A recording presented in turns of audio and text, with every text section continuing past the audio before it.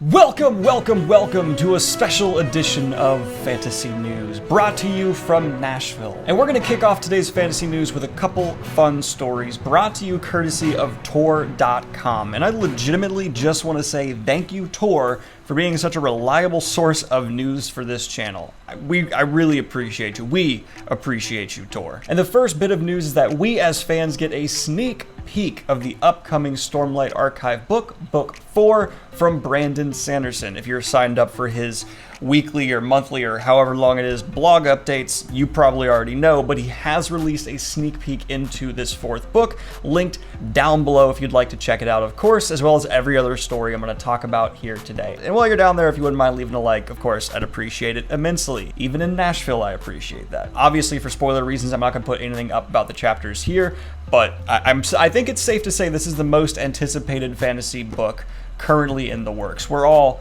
very excited. It's nice to see it actively have progress being done on it, and unlike several other authors, we are actually getting this in quite the timely manner. At the current rate, Stormlight Archive, even with the 10 books planned, will be done before 2030. That's amazing, assuming this rate keeps up. Now, the next piece of news here isn't exactly news, it's accumulation of news. Tor.com has put together a comprehensive list of every single fantasy and sci-fi adaptation coming down the road. That's an amazing thing. It clearly was a lot of work. Seriously, click on this link and begin scrolling. It is impressive. Oh my god, there are so many series listed here. That being said, I do want to clarify, maybe a third of them would be considered hard technical fantasy, and not all of those will actually be made. Quite often, studios are just buying rights left and right, then they just kind of sit back, look what they have, and then develop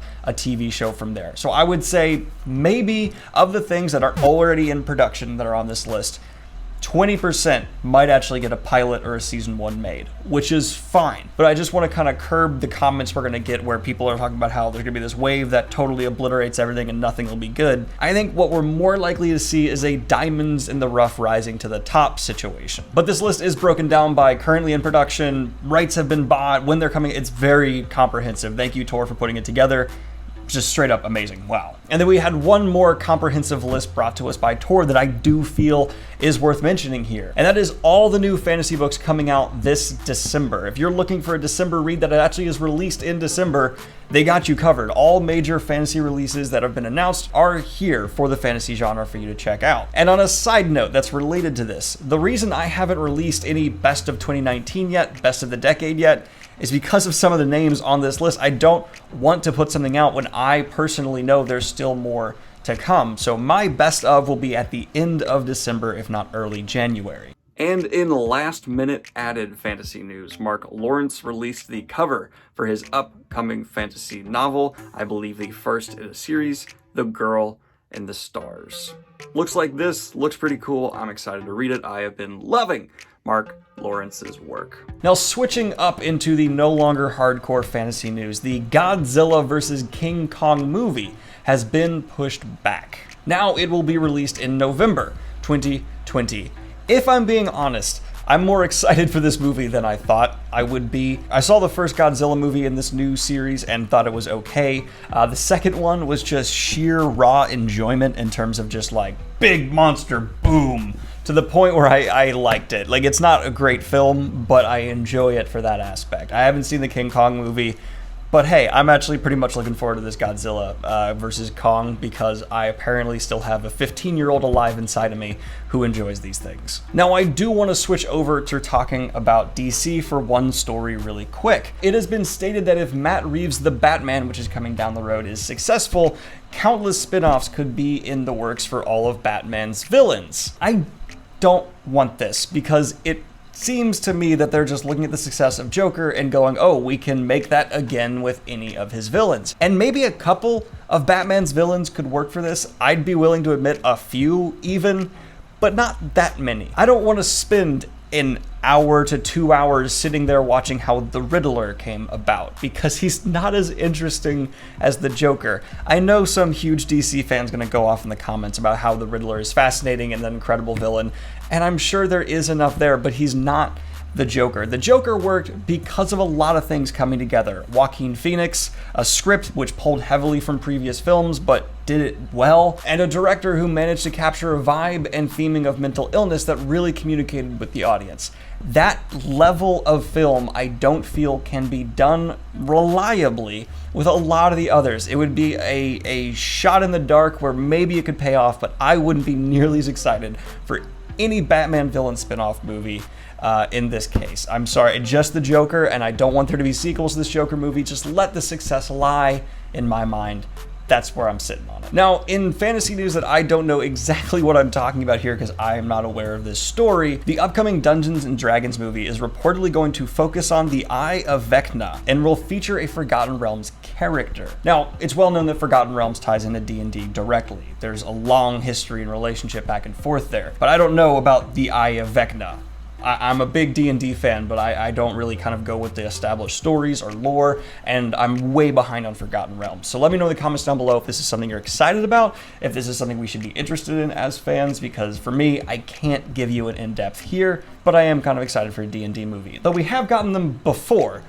They were adorable. Now, and this makes sense with recent news, Elizabeth Banks is going to direct and star in an upcoming Invisible Woman superhero film. The reason this makes sense is she was basically completely in charge of the recent Charlie's Angels movies, which is about to come out, and I'm imagining she's using that success to compound into more projects. Good for her. I like Elizabeth Banks. I don't really think I've seen anything with her that I don't like, or at least enjoy her performance in, so hey, I'm absolutely okay with and down seeing her take on the role of Invisible Woman and be in a superhero movie. There is a rumor floating around on the internet that a Metroid Prime remake for the original trilogy is going to come out for the Nintendo Switch. This is a rumor. I always need to make that very clear when I talk about these rumor stories, but this one to me seems at least semi-likely, especially with the known development of a new Metroid Prime game. A good way to get people hyped again before that game's release, or even just alongside its release, would be to release the classics, which hold up spectacularly over time. I'm not kidding. Going back and playing these games, their mechanics still feel good. There's a bit of a wonky aiming with a couple of them, but overall, Metroid still plays well, so I'd totally be down for a remake on the Switch, maybe fix that wonky aiming, and I think you'd have a big hit right out the bat. And with it being such a